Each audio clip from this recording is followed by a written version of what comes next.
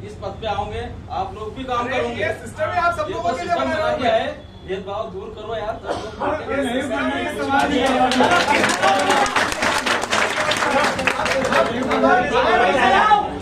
अगर अभी भी किसी को भैया आप अगर मेरी बात सुनो तो एक क्वेश्चन कर सकता हूँ, कोई समाज का व्यक्ति कोई पूछना चाहे वो भी मेरे सचिव भी कुछ मांगना चाह रहे हैं,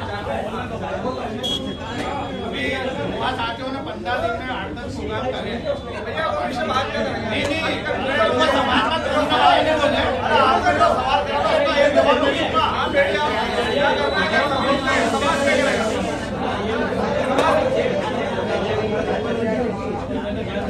भूख लग रही है रोटी बना लो। बोलो श्री सत्यनारायण भगवान की जय। भाई साहब ने अरे तुम जैसे भाई साहब ने ये गवर्नमेंट सोसाइटी से कागज निकाले और जानकारी दी। अच्छा है कि इन्हें पूरे समाज के सामने बताया, कोई दवा छुपा मामला कुछ भी नहीं है इसमें। इनको थोड़ी सी जानकारी उस अधिकारी ने पूरी नहीं दी है। मैं बताता हूँ भाई साहब इसकी जानकारी क्या है। मैं 2 संस्था के पूरे डॉक्यूमेंटेशन मैं जमा करता हूँ वहाँ पे, ठीक है। इसमें साधारण सदस्य, स्थायी सदस्य आप बना सकते हैं। वो अध्यक्ष और वर्तमान कार्यकारिणी के ऊपर डिपेंड करता है कि अगर आपको और भी सदस्य जोड़ना है तो बना लो, नहीं भी बनाओ तो कोई दिक्कत नहीं है।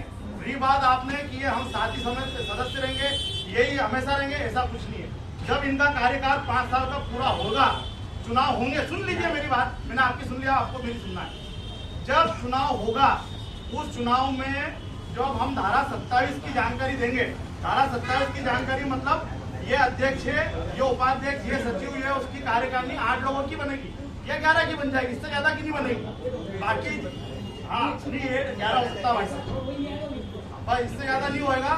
और उसमें भी अधिकार जब वो उसका समिति का कार्यकाल पूर्ण होगा तो अध्यक्ष जो भी अध्यक्ष पद के निर्वाचित होगा वो हमारी जगह वो आज ट्रांसफर हो जाएगा। नाम कब ट्रांसफर होगा ये बता दूं आपको। धारा 27 की आप जैसे जानकारी दोगे आपका अपडेट होके आएगा, सील साइन होके 500 रुपए का स्टाम्प लगेगा और वो जानकारी लेके आप जाओगे बैंक में। बैंक को जगह बोलिए, बोले हमारा अध्यक्ष ने बनाओ, बोले आपके पास प्रूफ लाओ गवर्नमेंट सोसाइटी का। जब आप धारा 27 के वो डॉक्यूमेंट जो मैं आपको बताना जा रहा हूँ अभी, ये धारा 27 के जो डॉक्यूमेंट है ये वाला आप दोगे, जो आप निकाल के लाए ना, आप मुझसे ही मांगते तो मैं सम्मान आपको दे देता, पैसा खर्च नहीं करना पड़ता आपको। ये आप मत दोगे और एक समिति का लेटर लगाओगे कि हमारे ये चुनाव हुआ था, वो नई कार्यकारिणी ये है, वो आपको एक बैंक का फॉर्म देगा, अध्यक्ष, सचिव, कोषाध्यक्ष 3 के नाम जो भी आप रखना चाहो उसको अपडेट करा लेंगे। सेम प्रोसीजर हमने 84 पंचायत में करी। पहले पन्नालाल जी अध्यक्ष थे, प्रकाश जी कोषाध्यक्ष थे, वो उनको हटाया, धारा 27 का लगाया और ये लगा दिया, अपडेट हो गया।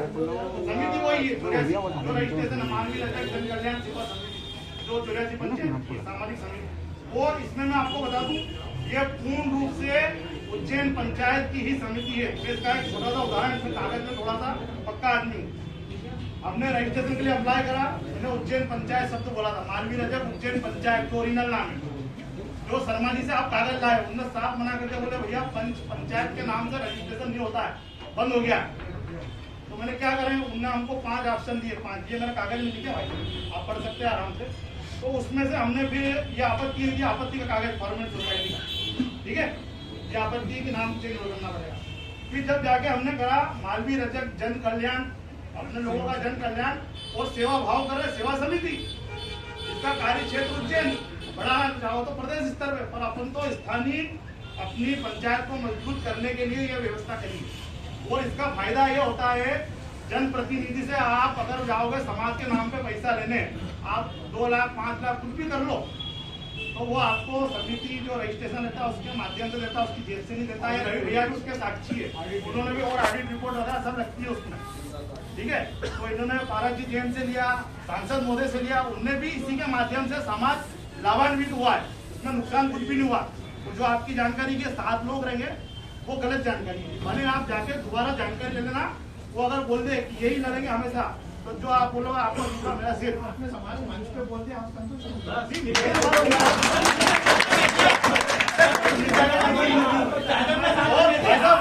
देखो सुन लो, ये समिति को जोड़ने के लिए, सरकार से लाभ लेने के लिए, जमीन पर प्रोजेक्ट करने के लिए ये सब चीज जरूरी रहती है। और इसका विस्तृत रूप चाहिए। आप आओ, सहयोग करो वर्तमान समिति को, इसको ट्रस्ट में बदलने की गारंटी मेरी। और आपको एक दिक्कत है कि एक ही घर से 2 रहेंगे, 4 रह सकते हैं, सेवा करने का भाव रहना चाहिए। तो मैं बता रहा हूँ आपको, सेवा करने का भाव रहना चाहिए। आपको गर्व होना चाहिए। उज्जैन में बड़े बड़े समाज सेवी दिए, मेरे पिता ने एक सामाजिक सेवा दिया आप लोगों को, 100 सामाजिक रखे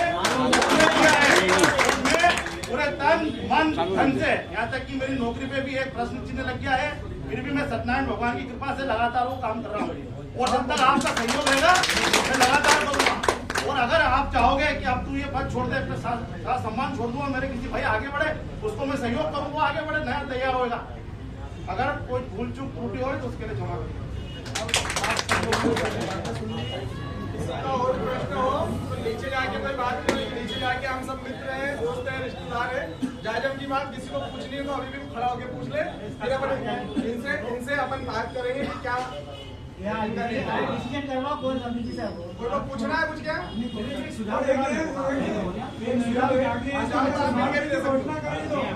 एक छोटा तो सुझाव है, इन सब बातें से हटके जो बात है वो करो। वो शायद समाज का फायदा करा जाए। मैं अभी माननीय अनिल जालोटा जी के साथ में कुछ समय के लिए बैठा था, तो उन्होंने मुझे एक योजना बताई। ऐसी चर्चा निकली तो मैंने बोला भाई साहब हमारे समाज की पास में जमीन है ना, कोई ऐसा धर्मशाला है, तो उन्होंने मुझे बताया भाई साहब उन्होंने मुझे बताया कि कहीं भी कोई ऐसी सरकारी जगह दे, हो सकता है ये अमल में आ भी जाए, कोई ऐसी सरकारी जमीन दे जहाँ पर शासन की कोई योजना ना हो। तो मैंने बोला भाई साहब नदी के आसपास बहुत सारी जमीन, तो बोले नदी का मुंह छोड़, सिंहस्थ क्षेत्र का मुंह छोड़, अगर कहीं तेरी नजर में ऐसी कोई शासकीय जमीन है जहाँ पर सरकार की वर्तमान में कोई योजना प्रस्तावित नहीं है, तो वो तुम हमको बताओ, तो हम तुमको धीरे से लीज के रूप में ट्रांसफर कर देंगे। और माननीय मुख्यमंत्री जी भी अपने बैठे हुए हैं, मेरी एक बार भाई साहब से भी बात